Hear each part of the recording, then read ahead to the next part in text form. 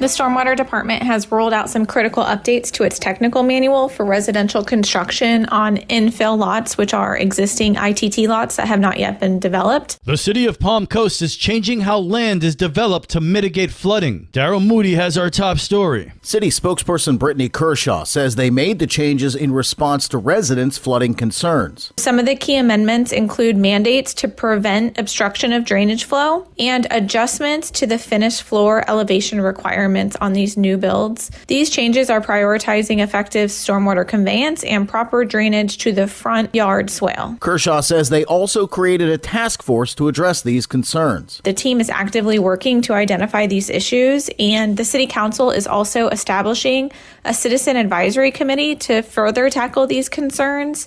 And all of this is going to be discussed at the City Council workshop meeting that will be on Tuesday, February 13th at 9 a.m. at City Hall. And residents are always encouraged to attend in person if possible, or they can tune in on the city's YouTube channel. You can also learn more about the revised technical manual online at palmcoast.gov/community-development. For Flagler's Morning News, I'm Daryl Moody. Good morning, Flagler County. I'm Rich Carroll. You're listening to Flagler's Morning News on Monday, February 12th. An Indian Trails Middle School 8th grader is the county spelling champ and now advances to regionals. It took 7 rounds, plus a championship round, but eventually Giles Platt, an 8th grader at Indian Trails Middle School, emerged victorious at the Flagler County Spelling Bee last Thursday, February 8th. Your word is vicarious, adjective.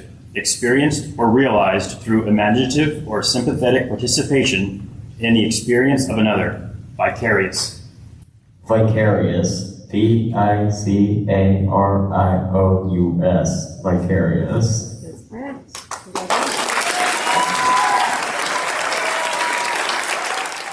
Giles was among 17 elementary and middle school students from across Flagler County who participated in the competition. All of Flagler's schools, elementary and middle schools, were represented, as well as Imagine and Christ the King Lutheran School. The 80th annual First Coast Regional Spelling Bee will be held in Jacksonville this spring. For Flagler's Morning News, I'm Karen Johnson.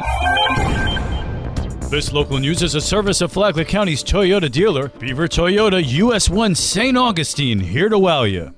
Flagler County Assist is a volunteer emergency service organization in operation in Flagler County since 1985, and they were recently honored in Flagler Beach. Mayor Susie Johnston. Flagler County Assist, FCA, part of the backbone of Flagler County here. This is a certificate of appreciation presented to you tonight in recognition for your service with the city of Flagler Beach and its residents for the New Year's Eve events. And then I personally would like to add for everything that you do in Flagler Beach and all of the events, including 4th of July, that you help us out with. Thank you so much. Bob Pickering is the president of Flagler County Assist. It's not just special events. We have folks active during severe weather, when you guys have that unfortunate flooding and stuff like that, or nor'easters, or like the hailstorm we had last weekend. We have folks that are out watching that and reporting it to the National Weather Service to have more effective warnings and keep them abreast of what's going on. So it's more than just a public service event. The last thing is we could not do this without our volunteers, and we have about 30 volunteers, and this is the group that's been chiefly helping in Flagler Beach.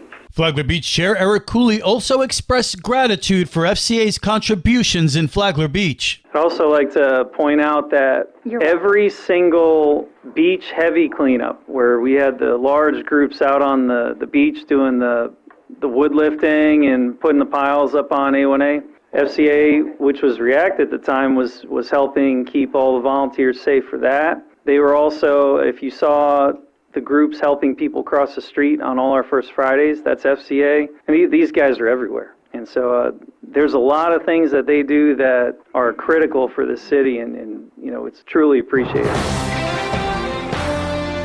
The latest episode of the Business Report highlights a new hospital in Clay County. It's Baptist Hospital, and it's headed by Ed Ubel. He said it's a thrill to head up a brand new hospital. Excited for this new role here in servicing the Clay County area, and it's a 102-bed hospital, brand new, shiny, patient-focused. Ubel said on a recent episode of the Business Report that he came from a love of aviation. He said being in management in that field got very hectic, so he decided to move to medical. You can listen to the Business Report here on WNZF Saturday mornings at 10 and anytime on the Flagler radio app. Tomorrow, Ed Ubel talks about the maternity rooms at Baptist Hospital. From the WNZF newsroom, I'm Deb Albertson.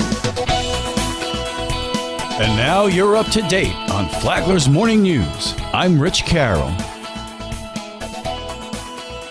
And now, Mike Licio with your WNZF local sports update. The wrestling postseason continues. After winning the five-star conference, the Bulldog boys traveled to DeLand this week for their district championship. Earlier in the season, Coach David Fosserdette stressed that state was the ultimate goal. Winning a title in December, in the grand scheme of things, isn't going to mean a whole lot if they're able to go out in March and accomplish the things they want to accomplish individually. The Pirate boys traveled to New Smyrna Beach for their district championship Thursday. On the girls' side, both teams traveled to Tallahassee this weekend for regionals. The Pirates defended their district championship last week, and all wrestlers advanced to the next round. Coach Mike Freese says his team needs to continue to elevate their performance if they expect to continue to state. At this point in the game, you make a mistake and that could cost you a title.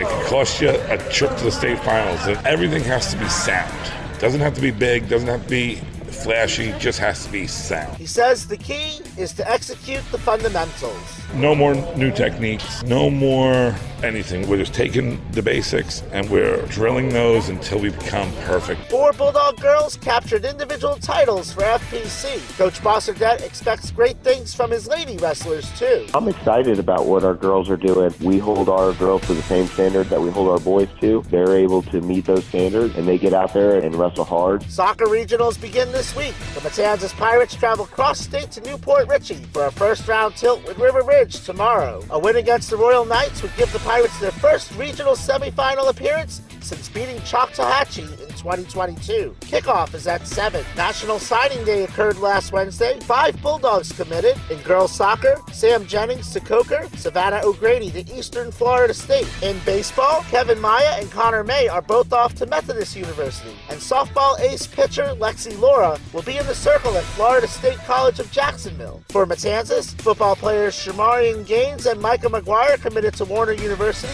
Teammate Zach O'Gwynn to Culver Stockton College, and Andre Andrews to Jacksonville Christian Community College. Qualifying matches continue for the Palm Coast Open today at the Palm Coast Tennis Center, with the semifinals and finals set to take place over the weekend. WNZF is your home for local sports, with updates Mondays and Fridays. From the Sports Desk, I'm Mike Licio.